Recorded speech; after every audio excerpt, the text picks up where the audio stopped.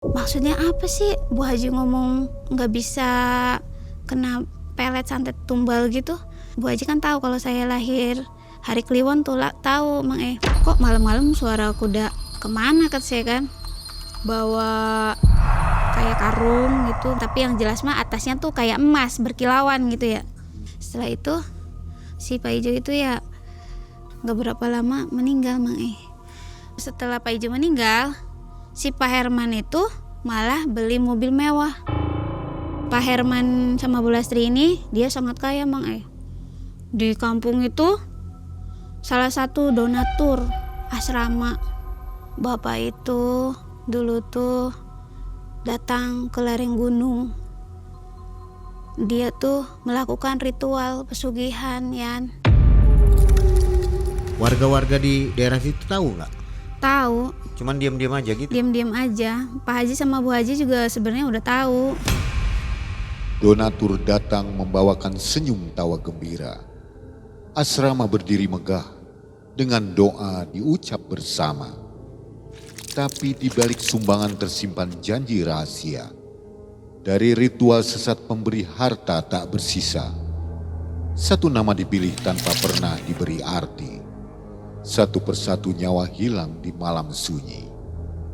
Praktik pesugihan berkedok donatur asrama ini nyaris merenggut nyawa berharga dari Mbak Yanti.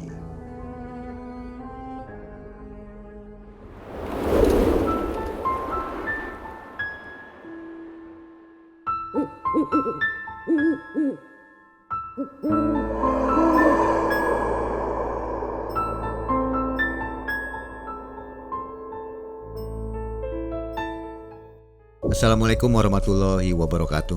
Waalaikumsalam warahmatullahi wabarakatuh. Selamat malam sobat Malam Mencekam, apa kabar? Mudah-mudahan sobat semua selalu dalam keadaan sehat walafiat ya. Sobat, hari ini ada narasumber. Ini ibu-ibu nih, mama nih. Namanya Bu Yanti. Ibu apa Mbak?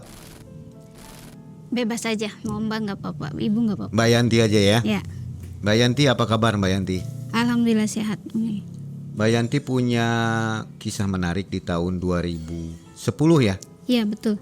Ini kejadiannya di daerah Jawa sana, Jawa Timur. Jadi Mbak Yanti ini pernah di asrama, tapi tiba-tiba ada donatur ya atau dermawan yang menyumbang ke asrama itu, dan ternyata uangnya itu dari uang nggak bener gitu ya? Iya betul. Nggak tahu nggak benernya dari mana nih. Nanti kita dengarkan bersama-sama kisahnya. Mbak Yanti, apa kegiatan sekarang Mbak Yanti? Ibu rumah tangga. Ibu rumah tangga ya? Iya. Udah punya putra berapa? 1, ini mau 2. Mau 2 ya? Iya. Sekarang sedang hamil ya? Iya sedang hamil. Mudah-mudahan lancar ya nanti Amin. bersalinnya. Sobat, jangan kemana-mana, nonton terus kisah ini menarik sekali, menjadi pengalaman baru buat kita semua. Malam Mencekam, Semakin malam semakin mencekam. Mbak Yanti.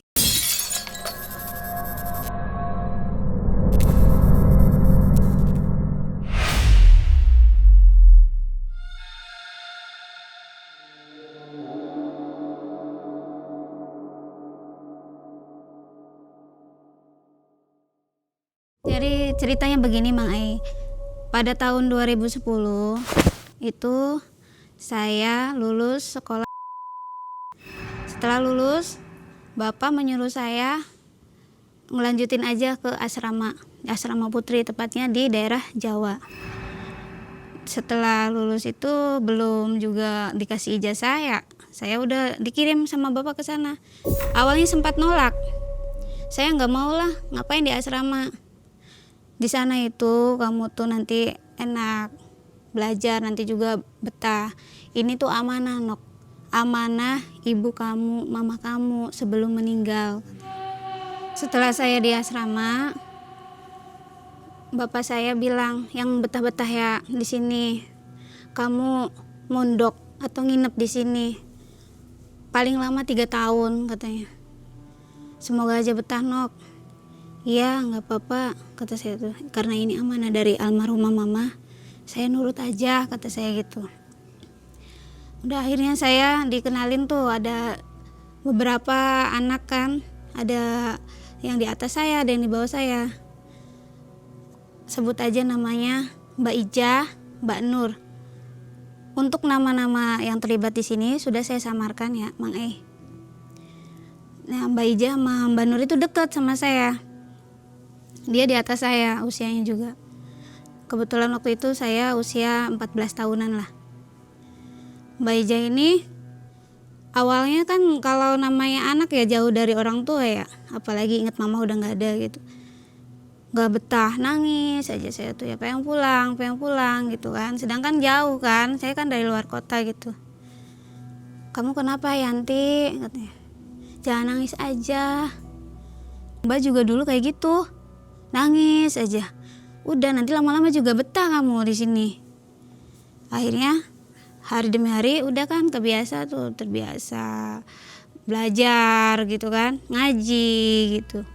Akhirnya di situ saya tuh nggak masuk dari awal kelas 1, langsung loncat kelas karena saya kan udah bisa ngaji, udah biasa.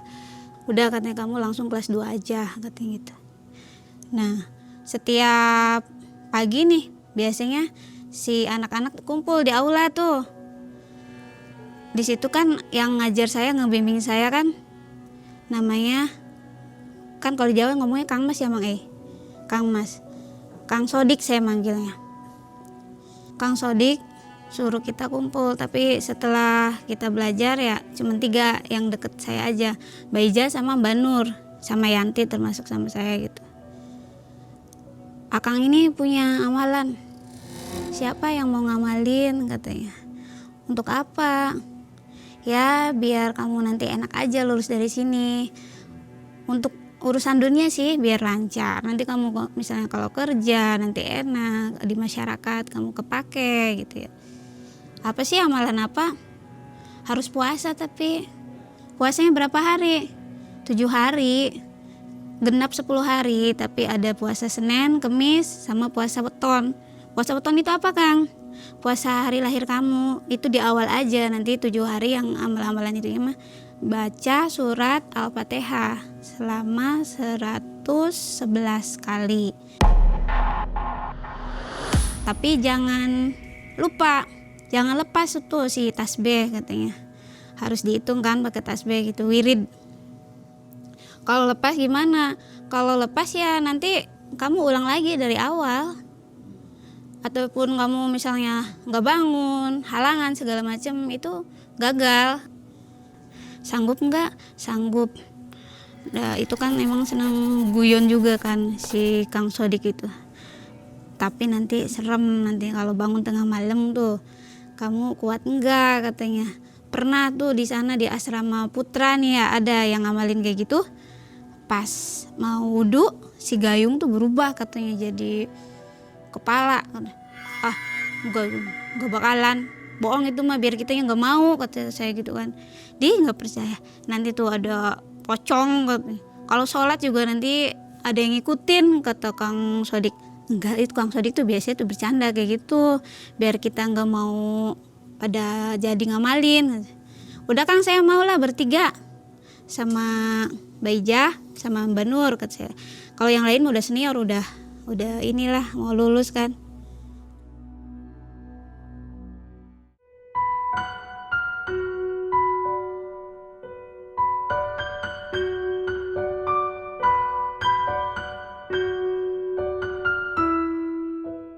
Akhirnya saya ngamalin tuh hari ketiga mah itu yang puasa Senin Kamis dulu kan sama hari weton. Nah baru amal-amalannya pas puasa Fatihahnya itu. Hari kelima lancar. Hari ketujuh itu si Nur itu nggak bangun. Saya bangun kan, Banur bangun. Aduh Yan, saya kayaknya nggak bisa lanjutin. Kenapa sih? Biasalah tamu bulanan katanya gitu ya. Sana sama Ija aja. Oh udah, dia mah udah wudhu, udah duluan kata saya. Itu udah mau jam 3 kan, mepet waktu tuh. Udah tuh selesai sholat ya. Karena waktunya mepet cuma tahajud aja kan, nggak sholat hajat segala macam, enggak. Lagi wirid saya tuh. Lagi wirid, udah ntar lagi tuh udah 100 kan Mang Udah 100 kurang 11 lagi. Tiba-tiba aneh itu. si Mbak Ija itu kayak ngegerem gitu tuh ya. Kaget sih, kenapa orang lagi wirid sih ngegerem gitu kan, ngegeram gitu loh. Bener kata Kang Sodik kata saya. Kemasukan gitu ya? Iya, kemasukan. Saya tuh lah sadar ini kayaknya kemasukan ke saya. Udahlah saya entar lagi kan bacanya. Udah selesai saya baca kan. Udah akhirnya samperin kan. Lah mbak nggak taunya dia nyakar itu. Nyakar sejadahnya tuh ya. Ya otomatis embu itu yang udah kemana si tasbih mah. Nyakar ini. Lah ini kemasukan apa? Mbak udah aja saya baca surat Anas Al-Falaq gitu ya. Sama ayat kursi. Diraupin aja saya tuh, terus ditiup tuh ubun-ubunnya tuh ya. Akhirnya dia lemes, pingsan gitu.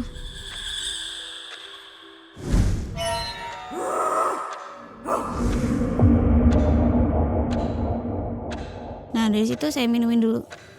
Kenapa mbak? Kata saya gitu kan. Kenapa sih An?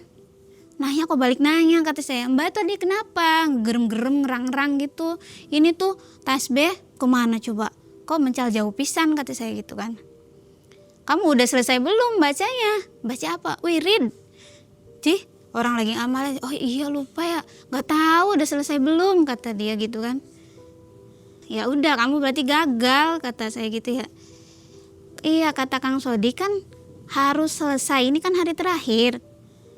Si Mbak Nur itu udah gagal dia, udah nggak bisa ngelanjutin. Kamu juga pas terakhir saya lihat kayak gitu nggak sadar, kepokok saya bacain ayat kursi sama 30 itu kata saya gitu kan. Jadi gimana ya kamu harus jujur, nanti biar saya aja yang bilang ke Kang Sodik besok pagi kata saya. Tuh akhirnya kan udah azan subuh azan subuh. Akhirnya biasa kumpul di aula kan.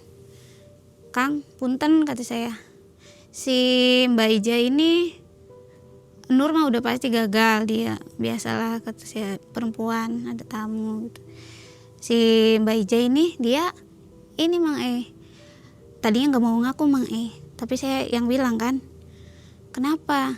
Kata Kang Sodik itu si Mbak Ija itu kayak kerasukan semalam tuh gerem-gerem, jadi dia gagal nggak tahu bacaannya sampai berapa katanya itu. Oh, berarti kamu selesai nggak? Saya mau selesai, alhamdulillah kata saya. Cuma saya aja. Oh ya udah, berarti cuman kamu aja yang ini, yang 2 gagal katanya gitu. Iya bener kan, kata Akang juga bukannya nakut-nakutin. Emang ada cobaannya katanya. Emang buat apa aja sih? Saya sampai sekarang belum tahu manfaatnya. Buat apa aja? Ya udahlah. Kamu tahu nggak artinya apa teh? Tahu? Apa coba? Pembukaan. Ya iya pembukaan untuk urusan dunia biar kebuka jalan rezekinya. Pembukaan ini, tapi bukan pembukaan untuk ngelihat yang gaib-gaib kan kata saya gitu ya. Ya itu mah walau alam. Kalau kamunya ada dari lahir udah bisa ngeliat kayak gitu ya bisa nanti tambah kebuka mata batinnya. Udah tuh ada setahun 2 tahun. Saya kan loncat kelas ya, udah 3 tahun akhirnya tibalah masa kelulusan.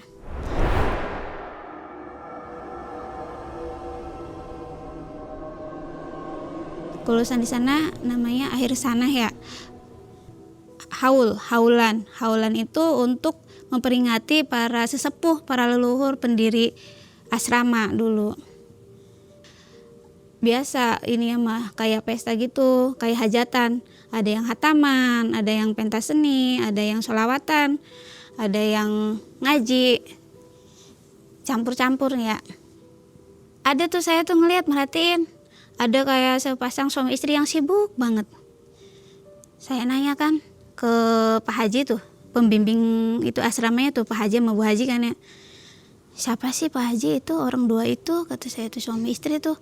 Dari kemarin kok sibuk banget gitu ngurus-ngurus acara gitu ya. Ya udah nanti sama Bu Haji dikenalin. Baik itu. Besoknya mereka berdua ke asrama kan. Nih Yanti, ibu mau kenalin nih Bu Haji. Ini namanya Pak Herman sama Bu Lastri. Namanya udah saya samarkan Mang Nama Bu Lastri sama Pak Herman.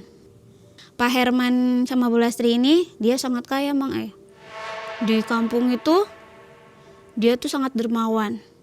Salah satu donatur asrama.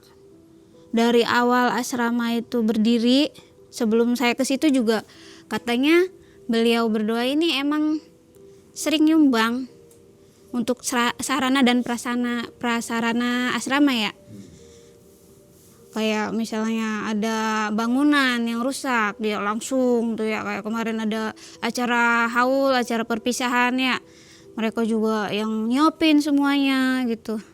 Ada misalnya kayak kitab Iqro apa modul bahan ajar tuh yang kita butuhkan, mereka selalu siap ngebantu. Punya sawah, perkebunan yang luas. Kalau di kampung itu biasanya wong tani ya, luas banget itu ya, sugih lah. Itu tuh ternyata Pak Herman sama Bu Lastri itu nggak punya anak Mang nggak punya anak, makanya dia ngangkat anak tuh ponakannya sendiri, namanya Denia. Kebetulan Denia juga suruh dititipin ke saya tuh biar ngaji gitu, ngaji di saya, belajar gitu. Kira-kira Denia itu umurnya 5 tahunan, belum masuk TK. Denia ini kan deket ya, karena nggak punya anak kan masih kecil nih. Pak Herman sama Bu Lastri itu nganggap saya tuh kayak anak sendiri, kayak kakaknya, katakanlah kakaknya Denia gitu ya. Nah si Denia itu ternyata cerdas anaknya Mang Dia tuh udah bisa hafalan surat pendek kayak Anas, Al-Falaq, Qul gitu ya. Diajarin nulis juga sama saya, ternyata udah bisa dia. Cerdas lah. Lucu anaknya juga. Segini nih rambutnya nih, lurus.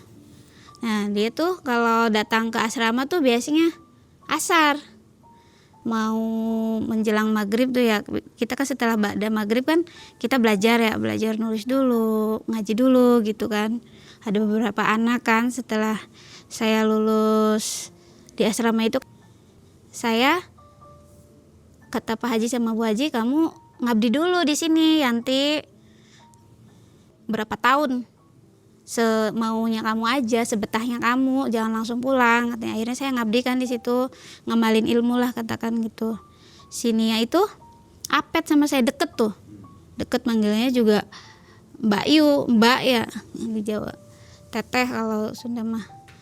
Si Denia ini tiba-tiba suatu hari itu nggak datang, nggak ngaji, kehilangan kan saya. Kemana anak tuh, biasanya sebelum asar juga dia udah datang, kok nggak datang kata saya. Ya udah mau jam 5 kata saya, kok nggak datang kemana ya. Udahlah, kagok maghrib barangkali mungkin lagi main, kagok tak apa. Biasanya dia paling cepet mah orang anak-anak yang lain mah lama ya, mepet waktu tuh ya. Dia mah paling awal kalau datang tuh. Suatu hari nggak datang, akhirnya Bada Isa selesai saya ini ya di aula gitu, saya cari tuh Denia itu ke rumahnya, nyamperin. Saya tuh ke rumah Berasti, Assalamualaikum Ibu, punten, kok Denia nggak ngaji ya hari ini, kenapa? Oh iya lupa Nduk, kalau Jawa ngomongnya Nduk ya. Itu si Denia itu sakit, tadi tuh sama ibu dibawa ke dokter. Sakit apa Bu, kata saya gitu ya. Tadi mah muntah-muntah, tadinya mau dirawat sama ibu tuh, tapi kata dokter bawa aja pulang. Panas, menggigil katanya, demam lah gitu ya, tapi ada kejang-kejangnya juga. Takut ya kata saya gitu, kenapa nggak dibawa ke rumah sakit aja? Tapi kata dokter nggak apa-apa, ini mah biasa sakit panas anak kecil katanya, cuman demam, cuman dikasih obat aja paracetamol katanya sama ini nih. Oh iya, tapi kok panas banget kata saya badannya ya, sampai dialasin itu tuh. Kalau orang kampung kan dialasin daun pisang tuh Mang Kaget saya tuh, ini daun pisang buat apa? Ini tuh buat nyerep panas katanya. Pas saya lihat itu daun pisang muda ya, Itu tuh kayak kebakar Mang saking panasnya tuh suhu anak tuh. Kayak coklat gitu, kayak kebakar gitu tuh. Ya Allah melas pisan kasih. Itu kelihatan juga kayak ngegejang-gejang gitu. Bukannya kalau sakit kayak gitu kayak sakit step gitu kan. Udah sakit kayak gini besok juga sembuh lagi, kata Bu Lastri gitu kan. Bapak kemana? Pak Herman Seneper. Oh bapak mah itu biasa ngurusin ini kebun, nanti belum selesai sampai malam ini juga. Itu kan lagi keadaan tidur ya Mang si Denia tuh. Dek kata saya gitu ya. Akhirnya melek dia tuh. Mbak katanya, kenapa Dek? Mbak matanya tuh melotot Mang kaget. Lihat ke atas itu, di atas katanya ada apa? Ada apa sih Nok? Itu di atas, ada apa deh? Nggak ada. Itu kayak banyak gitu orang rambut panjang katanya, Kunti kata saya tuh. Saya tuh ngeliat nggak ada ya. Oh ngigo kali, katanya kalau orang sakit demam itu ngigo ya. Akhirnya saya pamit ke ibu, Bu saya izin ya ke kamar mandi, kata saya mau wudhu, mau ngaji, kata saya gitu. Iya Dok sana, ke belakang aja katanya gitu. Akhirnya saya ke belakang, ternyata bener Mang di belakang itu ada sosok kayak nenek-nenek, rambutnya panjang hitam semua, hitam kayak malampir kalau saya lihat mah. Lagi ngebebeda tuh, lagi iniin si Denia itu nongol ngisep lagi nongol. Astagfirullahaladzim, saya tuh kaget ya, kok itu mah ya bukan Kunti ya, kayak malampir kata saya. Mbak Yanti di situ sudah mulai bisa lihat ya? Sudah. Emang saya dari kecil itu emang udah Emang ini. bisa dari emang kecil. bisa. Tadinya mah belum kebuka banget kan. Setelah saya ikut amalan itu, puasa itu tambah kebuka. Kata saya, jangan ganggu, kasihan ini adik saya. Mau ngapain ke sini? Cuma senyum aja ya. Ketawa dia. Hi gitu tuh. Gimana sih? Nenek-nenek gitu ya, lampir. Ya bener kata saya tuh. Udah saya tuh baca-bacaan aja ya, ayat kursi biasa gitu. Tapi kasihan kan namanya juga anak kecil itu ketakutan, tambah kejong, tambah menggigil itu Mang Gimana ini Bu, bilang ke Bu Lasti, saya ngaji dulu ya kata saya. Ya sok mangga. Akhirnya diminumin kan, sedia air saya buat minum Denia, akhirnya bisa tidur kan. Akhirnya saya pamit pulang. Kebetulan juga udah malam kan, jam 11-an lah pulang saya tuh ke asrama kan. Jadi rumahnya Pak Herman sama asrama itu nggak jauh Mang di belakangnya. Rumah mereka tuh di belakang asrama kita.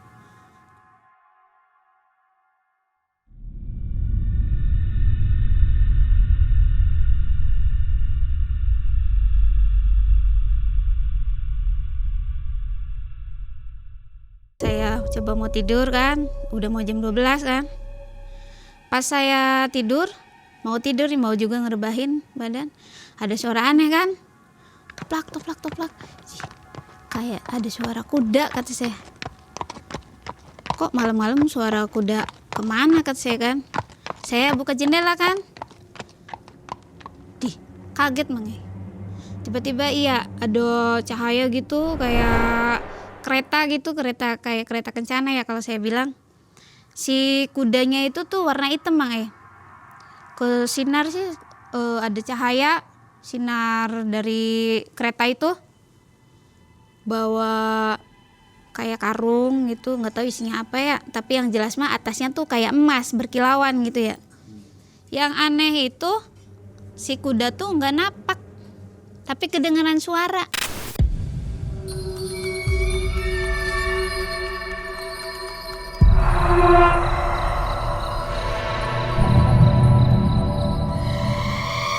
Mau kemana sih kuda? Pas saya ini liatin terus ke belakang asrama. Kalau belakang asrama kan ini ya, ada banyak rumah kan, di situ ada banyak pohon-pohon juga gitu. Udahlah, pikir saya, saya terlalu capek mungkin, halu mungkin, udahlah tidur aja, nanti keburu subuh kan, gitu saya. Dan akhirnya saya tidur. Saya bablas tuh nggak sholat malam gitu kan, bangun subuh aja. Setelah sholat subuh tiba-tiba Bu Lasri itu ngegedrog itu kamarnya Bu Haji kan, pas ini tuh kamar gitu ya, di situ tuh Bu Haji tuh. Assalamualaikum. Kenapa Bu? Itu Denia tolongin. Kenapa? Denia itu loh katanya kejang-kejang. Jadi ngegedor asrama Bu Lastri. Ngedor asrama. Kebetulan pas asrama ini pintu sebelahnya tuh apa tuh kayak kamar, langsung kamar ini, kamar Bu Haji gitu. Bu Haji kan keluar kan, Deni aja kejang-kejang katanya gitu ya. Kejang-kejang kenapa? Kan tadi udah tidur, udah enakan. Waktu malam saya kesana mah nggak tahu, matanya melotot-melotot, Duk. Kok melotot-melotot kata saya. Kayak ini dong yang semalam saya lihat gitu kan. Saya tuh, ya Allah, akhirnya saya kesana. Innalillahi wa inna ilaihi raji'un. Ternyata nggak ketolong Mae. Berbusa sih mulut tuh Mae. Berbusa. Kaget saya tuh ya. Kok kayak keracunan kata saya. Jadi pas saya sama Bu Haji sama Bu Lastri ke situ tuh ya, ternyata itu lagi sakratul maut mungkin. Tiba-tiba berbusa gitu ya. Si mulut tuh kayak orang gitu loh Mae. Kaget saya juga ya. Akhirnya udah disiapin tuh buat pemandiannya ya. Saya juga ikut tuh ngemandiin ya. Kalau Pak Herman dengan Bu Lastrinya sedih atau biasa aja? Si Bu Lastri mah pingsan. Kalau Pak Herman biasa aja. Pas jenazahnya dibalikin gitu ya, ada yang janggal Mang. Si ini nih, punggungnya tuh kayak lebam-lebam gitu. Saya nangis dari situ. Sebenarnya saya tuh nggak kuat ya, nggak mau ikut ngemandiinnya ya.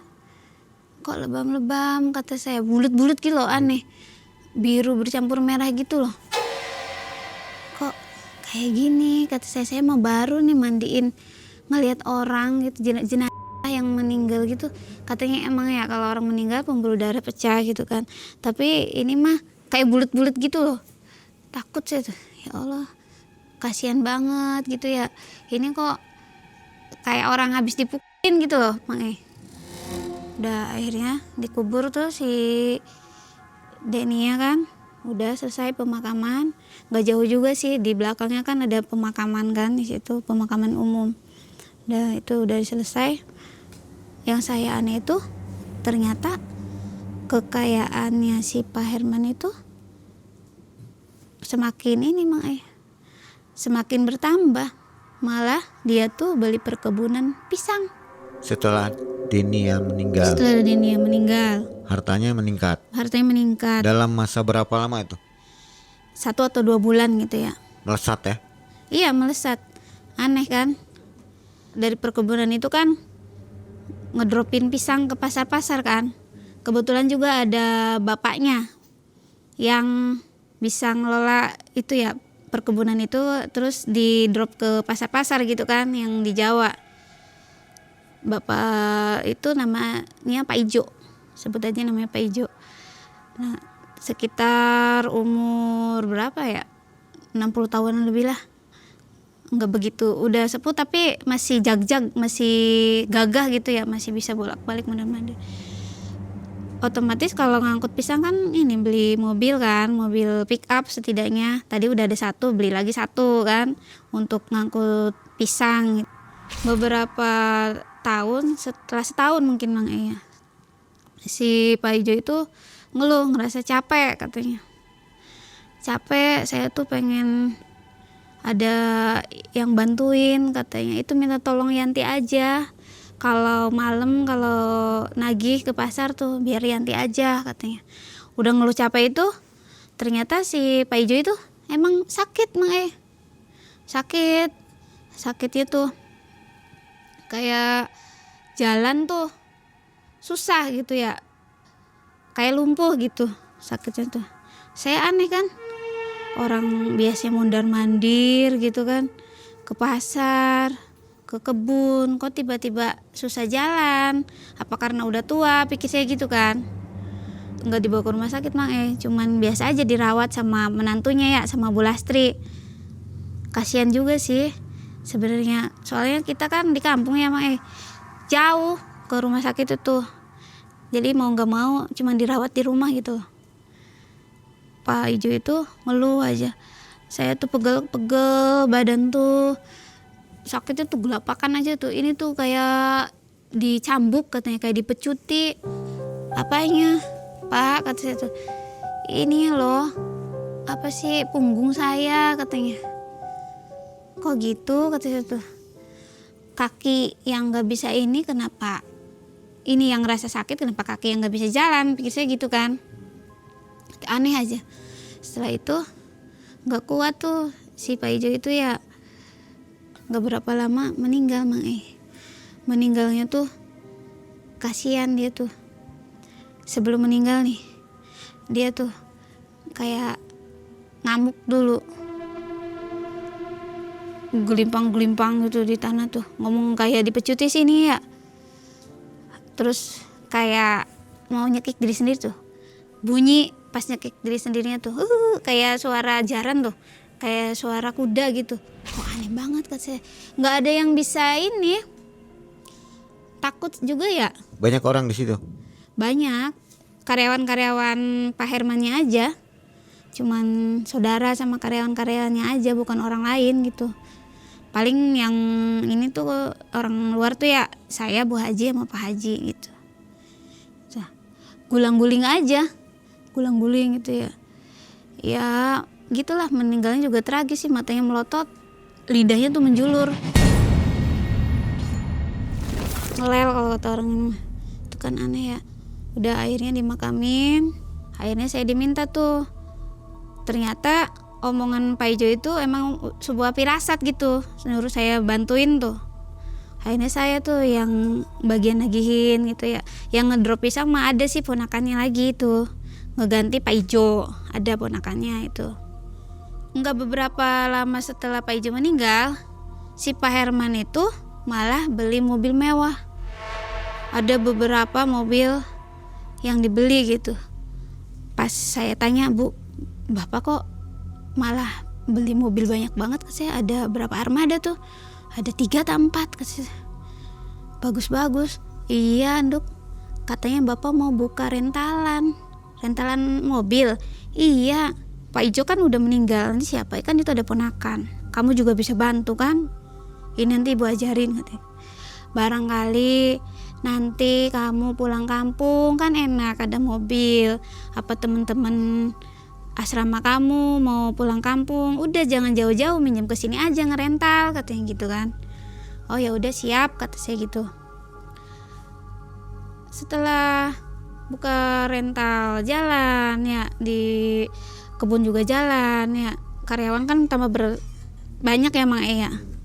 Yang bawa mobil rentalan biasanya kan ponakannya ya, yang tangan kanannya tuh yang ngelolanya.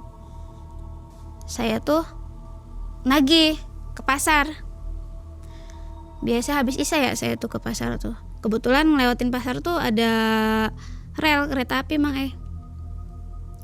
Di rel itu saya kaget, saya kan naik motor. Emang motor saya kan lampunya mati, lampu depannya tuh gelap kan. Relnya tuh emang gak ada penghalang itunya tuh, buat penghalang lah itunya tuh gak ada. Kaget saya tuh, itu apa kan saya tuh putih-putih kayak orang lagi duduk gini nih.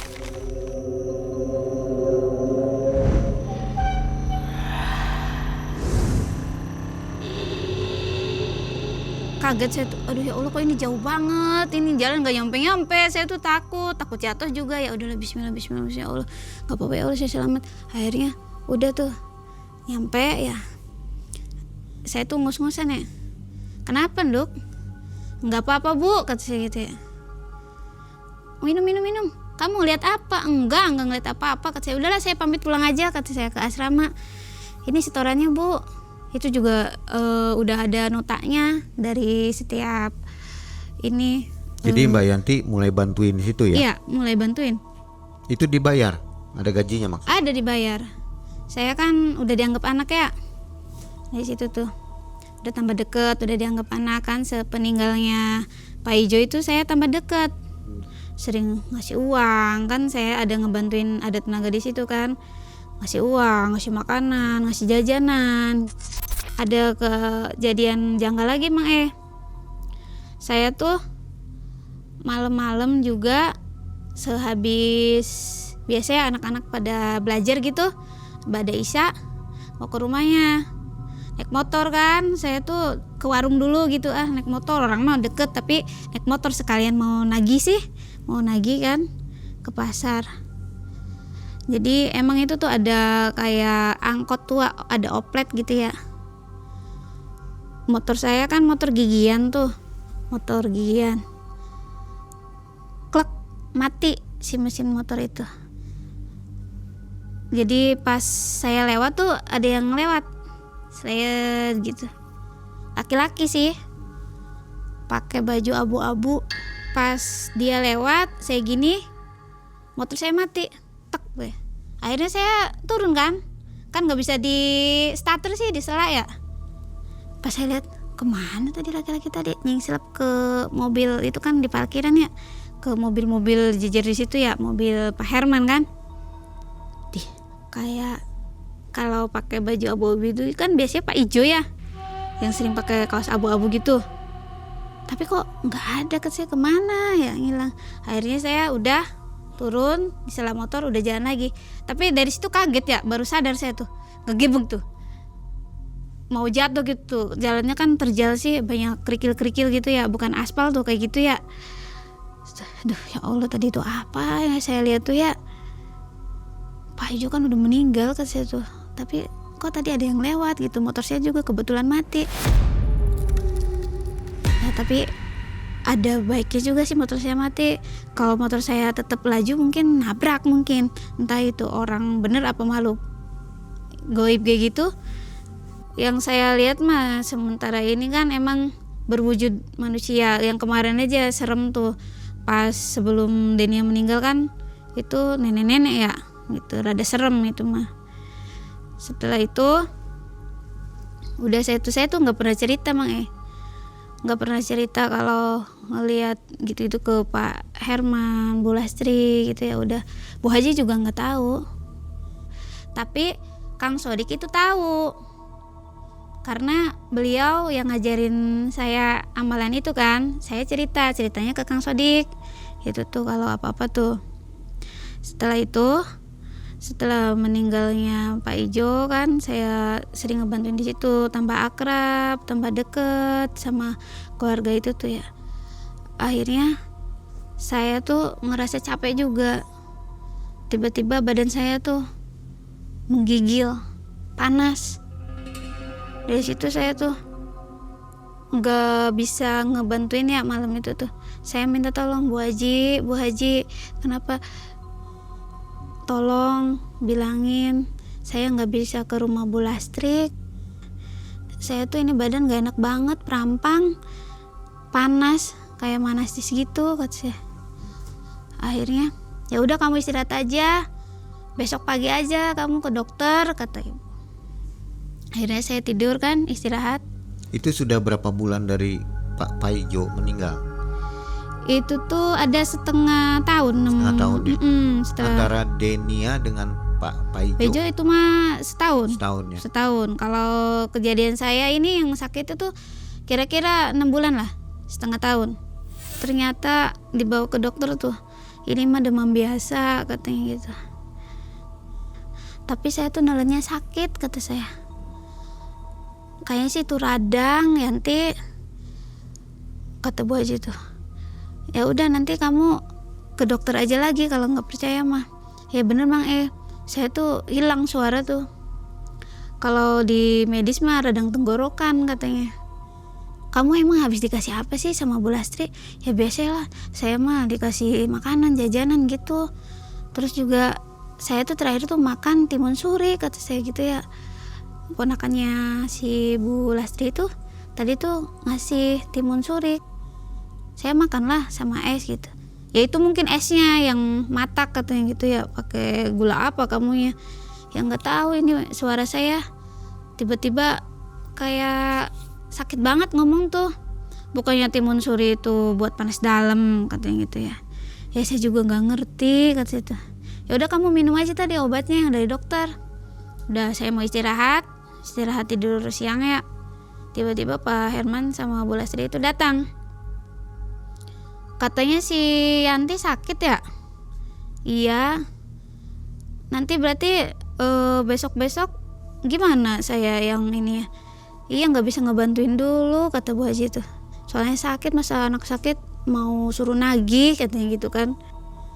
Ya udah digantiin aja Pak, punten sama ponakannya Bapak. Sayangnya belum bisa ini dulu, paling malam ini. Besok juga mungkin sembuh kata saya gitu kan. Pak Haji sama Bu Haji itu akhirnya ngasih minum saya tuh.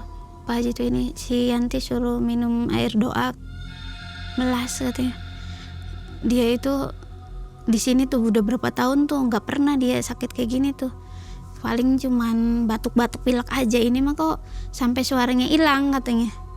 Panas, demam gitu, takut Bu, kasih perintah Pak Haji ke Bu Haji, kasih minum katanya. Udah kasih minum.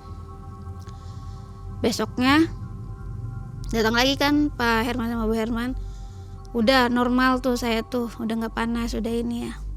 Tiba-tiba Bu Haji itu bilang, si Yanti mah nggak mempan sama pelet, sama santet, apalagi buat tumbal pesugihan katanya. Oh pantesan, celetuk Pak Herman.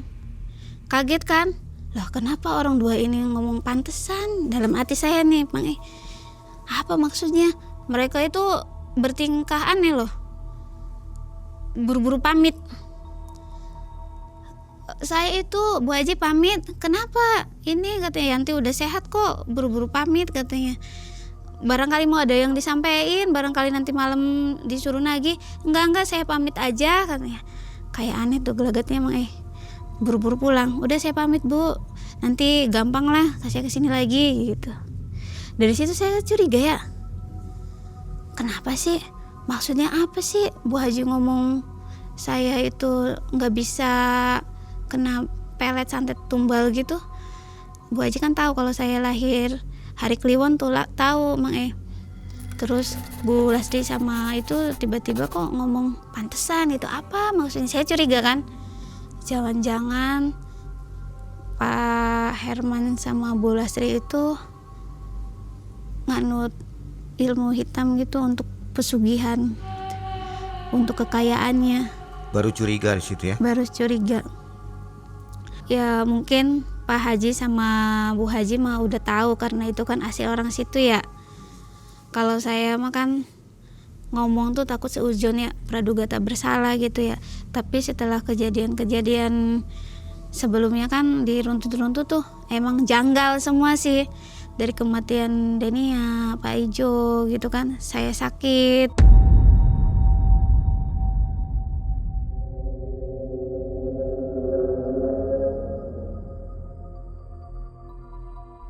Dari situ kecurigaan saya tuh mau ngomong ke Bu Haji sama Pak Haji kan gak berani ya, udah aja disindem sendiri kan. Akhirnya saya beranikan diri ke Pak Herman sama Bu Herman setelah saya sembuh. Maksudnya mau ke rumah Pak Herman, mau ada keperluan apa? Saya kan maksudnya saya udah sembuh nih, barangkali nanti malam saya mau nagih, suruh nagih tak apa gitu kan. Biasa kan saya rutinitasnya suruh nagih kan ke pasar gitu. Ternyata Pak Herman itu lagi sakit, Mang Sakitnya itu udah katanya ke rumah sakit, stroke katanya dia tuh. Karena nggak bisa gerak sih, si mulut juga kayak ketarik gitu loh, rada nyengsol gitu. Maaf ya Bu, saya baru bisa ke rumah, saya juga pemulihan kemarin tuh, kata saya tuh gitu ya. Iya nggak apa-apa, pas saya ke rumah kok tiba-tiba Bapak sakit, kata saya tuh nggak enak ke Ibu tuh, kata saya gitu kan. Iya nggak apa-apa, namanya juga orang sakit baru sembuh sih kan, pemulihan kamunya, masa langsung ini. Tapi sekarang udah kok, saya udah sehat, udah bisa bantu Ibu sama Bapak lagi ke pasar, kata saya gitu kan. Si Pak Herman itu udah sempat dirawat katanya sehari, tapi dirawat di rumah sakit tuh. Kalau secara logika mah kita kan kalau stroke itu susah gerak ya. Dia tuh suka ngamuk-ngamuk aja ngelepas infusnya tuh. Jadi perawat juga kewalahan gitu tuh, pengennya tuh lari aja, pengennya tuh keluar aja gitu ya.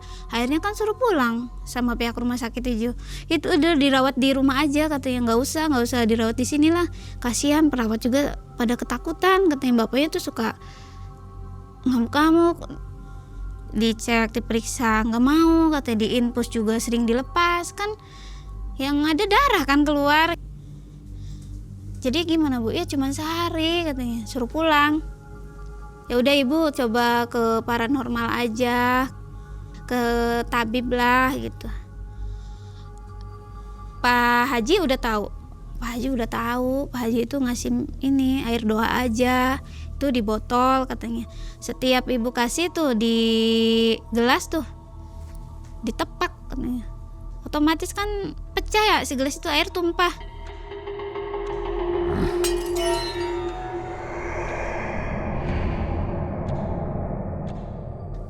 Gak mau minum.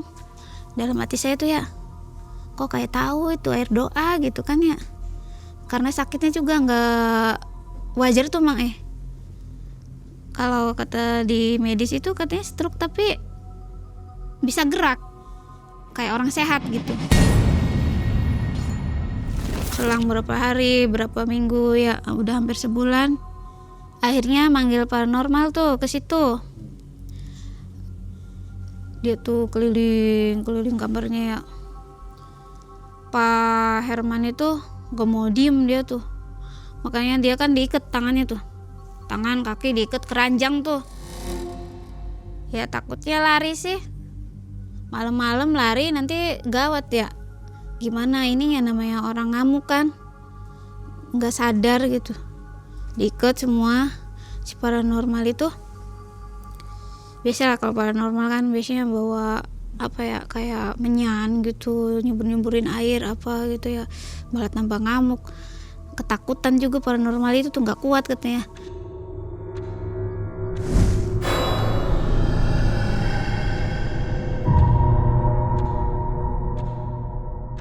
Berapa paranormal yang datang? Ada 2 sih. Gagal semua. Gagal semua, termasuk air. Kalau air dari Pak Haji mah kan dia nggak mau minum kan. Kalau air Pak Haji diminum aja, ya mungkin bisa tenang gitu kan, nggak ngamuk-ngamuk gitu kan. Paranormalnya ngasih tahu apa? Katanya ini mah kelakuan dia sendiri tuh. Apa ya, kalau orang mah dia yang menanam, dia yang menuai gitu loh Pak Mang.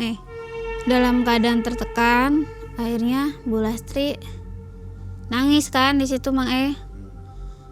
Saya nanya kan, kenapa Bu kok nangis? Ibu tuh sedih Yanti. Ya Ibu cerita aja sama Yanti. Katanya Yanti tuh udah dianggap anak sendiri. Kok Ibu gak mau cerita? Ibu bingung Duk, ceritanya dari mana. Ya Ibu cerita aja, kita kan cuma berdua, Bapak juga kondisi lagi sakit. Sekarang Bapak lagi tidur, kata saya. Gimana ya? Tapi kamu jangan cerita ke siapa-siapa ya, kata Bu Lastri. Termasuk ke Pak Haji sama Bu Haji. Cerita aja Bu, gak apa-apa, kata saya. Jadi gini, dulu tuh Ibu sama Bapak tuh miskin, gak kaya kayak gini. Terus bisanya Ibu punya segalanya seperti sekarang, gimana caranya? Bapak itu dulu tuh datang ke lereng gunung. Dia tuh melakukan ritual pesugihan, Yan. Bapak tuh datang ke sana. Ibu mah nganter dari luar aja sih. Di lereng gunung itu nggak tahu Bapak ngelakuin ritual apa ya. Bapak mah cuman bilang gini ke Ibu tuh, Bu, maafin Bapak ya, Bapak ngelakuin ini juga terpaksa, katanya. Soalnya capek Bapak itu, nyari kerja susah, orang kampung, katanya, masa harus ke kota, kita juga nggak punya anak. Tapi kan Bapak udah berusaha, mau kerja nggak bisa, usaha juga nggak ada modal, kata Bapak. Gimana jadi Bapak terpaksa melakukan perjanjian. Tadi Bapak ngelakuin ritual pesugihan. Astagfirullahaladzim, jadi gimana Pak, bahaya enggak? Ya semua juga ada resikonya, katanya gitu ya. Kayak gimana ritualnya Bu? Ibu juga nggak tahu ngedetailnya. Tapi Ibu tahu waktu pas pertama Bapak ke sana melakukan perjanjian pesugihan itu. Jadi gimana Bu? Ya udah, ini mah udah terlanjur. Mungkin udah masanya. Bapak kayak gini, sakit kayak gini. Ibu juga kurang tahu perjanjian itu seperti apa, akibatnya seperti apa. Terus gimana Bu? Bapak itu melakukan ritual pesugihan itu, ternyata ada tumbal, Duk. Ya orang-orang terdekat sih, kayak keluarga, saudara, mungkin karyawan juga katanya. Sebelum Yanti kesini juga emang udah ini sih. Kan Yanti taunya kan sekarang kan ada korban-korban itu. Itu mereka salah satunya katanya gitu. Sambil nangis. Ya udah Bu, sabar. Terus mau gimana? Ya kalau kayak gini ya nggak bisa. Mungkin ini udah saatnya, mungkin kalau kata orang mah ngebadil ke badan sendiri gitu. Kan Bapak yang ngelakuinnya. Karena udah pada ini keluarganya ya udah pada meninggal gitu. Tiba saatnya, Ibu udah berapa tahun melakukan seperti ini, kata saya gitu kan. Kurang lebih 8 tahun. Dari 2010 itu kan 2018 di situ tuh.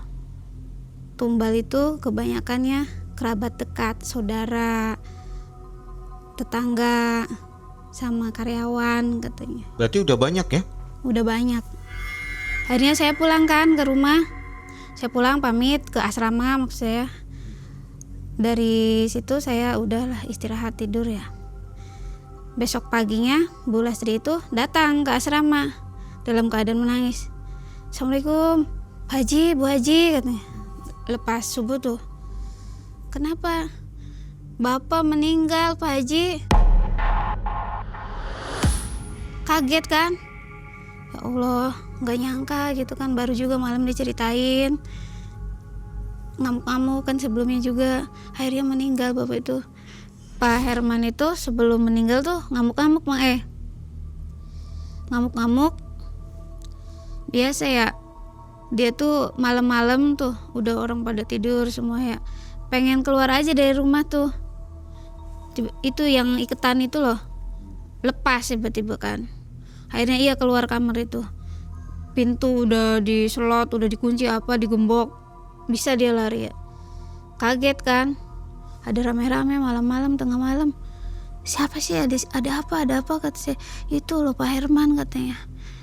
Mana jarannya gitu. Mana kudanya gitu. Kuda apa katanya gitu ya. Gak tahu. Itu juga katanya pakaiannya hitam semua katanya. Dia bawa itu loh Yanti, bawa kayak cambuk gitu. Apa ya, kata orang lagi sakit, katanya sakit stroke kok bisa lari-lari, kata saya gitu. Kesurupan mungkin, kata saya gitu kan. Gak tahu. Akhirnya kasihan kan itu ya. Pak Haji datang, coba nenangin kan. Mau gak mau akhirnya kan dipegang tuh banyak orang. Diminumin itu Pak Herman itu. Setelah meninggal akhirnya dibiasakan mau dimakamin apa.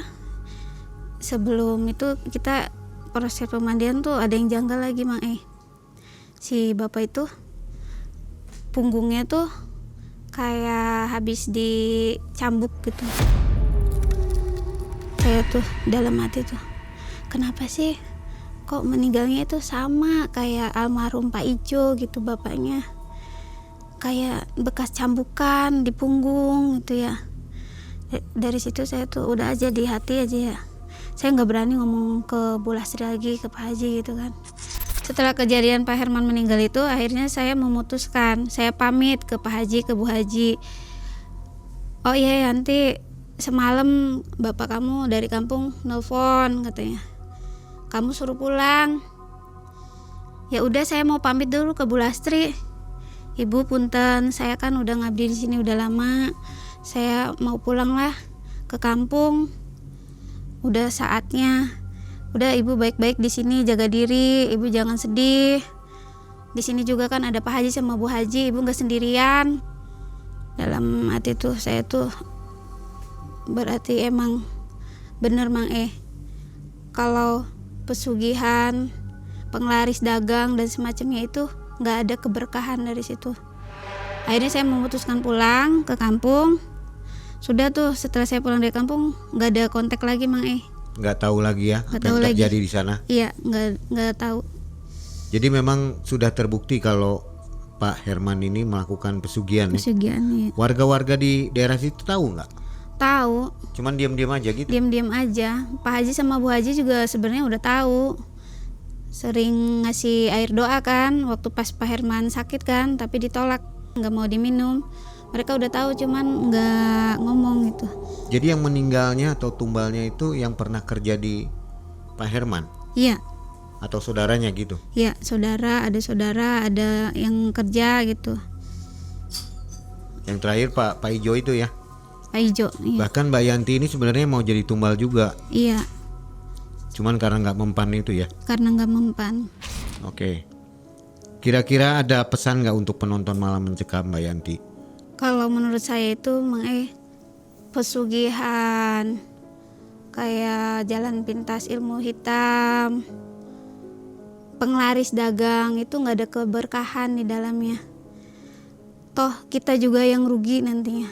Selain tumbal, kita mengorbankan orang-orang yang kita sayang, malah diri kita juga yang akhirnya sengsara. Asrama itu awalnya terasa aman bagi Mbak Yanti, hingga seorang donatur datang membawa Denia, murid kecil yang tampak polos. Namun sakit Denia membawa pintu lain. Penglihatannya tentang makhluk yang tak seharusnya ada, membuat semua menjadi kacau. Ketakutan itu menjalar, menyelimuti dinding asrama dengan sunyi yang ganjil. Dan ketika Denia tak terselamatkan, topeng kebaikan runtuh, hingga terungkap bahwa kekayaan sang donatur bukan berasal dari amal, melainkan dari perjanjian gelap yang menukar jiwa dengan kemewahan. Info untuk sobat semua yang belum mencet tombol gabung dan belum masuk ke member area, silakan jalan-jalan di situ untuk nonton kisah-kisah yang tidak ada di video regular ya. Karena di sana ada kisah mistis yang tidak bisa ditampilkan di sini. Oke, mudah-mudahan sobat suka dengan fitur tambahan dari Malam Cekam.